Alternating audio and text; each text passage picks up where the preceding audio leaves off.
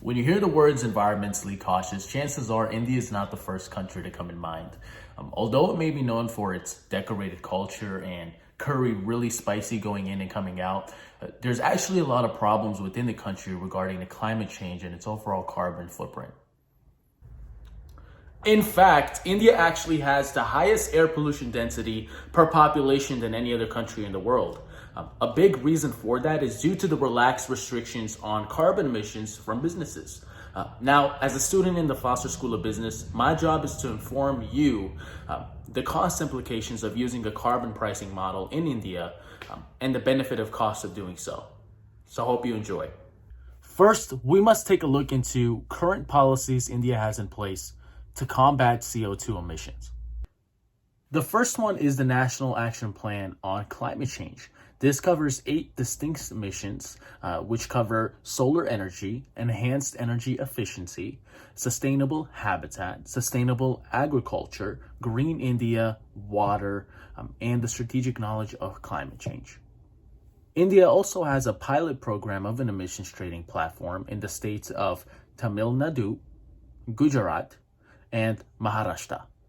Now, these are called India's Performing, Achieve, and Trade, PAT, and Renewable Energy Credit, which is REC, which promotes renewable energy. While these might have a positive impact on energy efficiency, how might a countrywide regulation help impact India? The first carbon pricing model is using the carbon tax system. Now, benefits of using the carbon tax system include a direct target on carbon emissions and the ability to expand these policies as necessary. Also, there can be a great collaboration between state and local government, which allows them to better target specific industries within those areas, and which can actually increase tax revenue that can be used to fund government programs, which is much needed for the low-income families within India. Actually, a study done by Perry and others in 2017 showed how putting a $10 tax per ton of carbon can reduce emissions by 8%, and increasing that tax to $35 can further reduce emissions to 22%. However, there are costs of using a carbon tax system within India. The most important one is the acceptability of consumers to the tax. An interview done to locals showed that there's an overwhelming majority against higher taxation in all sorts of different industries. So furthermore, there's also a risk of losing large firms within India, for example, the Foreign Direct Investment Fund, which is crucial to India's GDP. Another carbon tax pricing model is using a cap and trade system. There are a number of benefits of using a cap and trade system within India. First and foremost, there's already a current framework in place to build off of. This includes the PAT and REC pilot programs that India already has to promote energy efficiency. These can be easily expanded to help fit a comprehensive cap and trade system.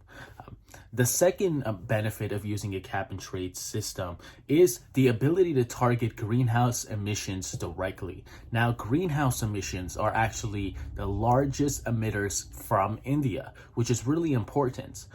And also, it allows for India's firms to be a lot more efficient.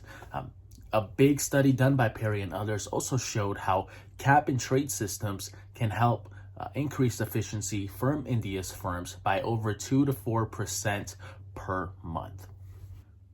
Just like there are costs of using a carbon tax in India, there's also disadvantages of using a cap and trade system. The most notable is the large administration expenses that other countries like Finland experience when trying to implement the system. The second is the leniency of penalties for the failure to comply in India. Because of these relaxed constraints, a lot of businesses adhere to unethical practices when conducting business. Last but not least is the actual monopoly of firms, which creates unfair competition.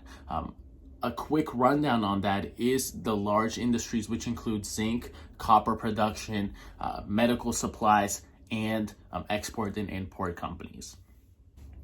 From my analysis, there's definitely both upsides and downsides to using either carbon pricing system.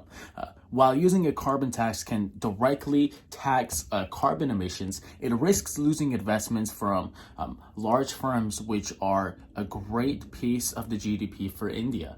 A cap and trade system may be easier to implement due to the framework. However, it risks the current regulations in place to stop businesses from doing unethical practices and creating unfair competition. Now, nevertheless, it is really important for India to have some sort of a comprehensive plan in place, because it is vital for not only the population of India, but also the total carbon footprint within the world, which India is a global player in. Hope you guys enjoyed my presentation, and thank you so much for listening.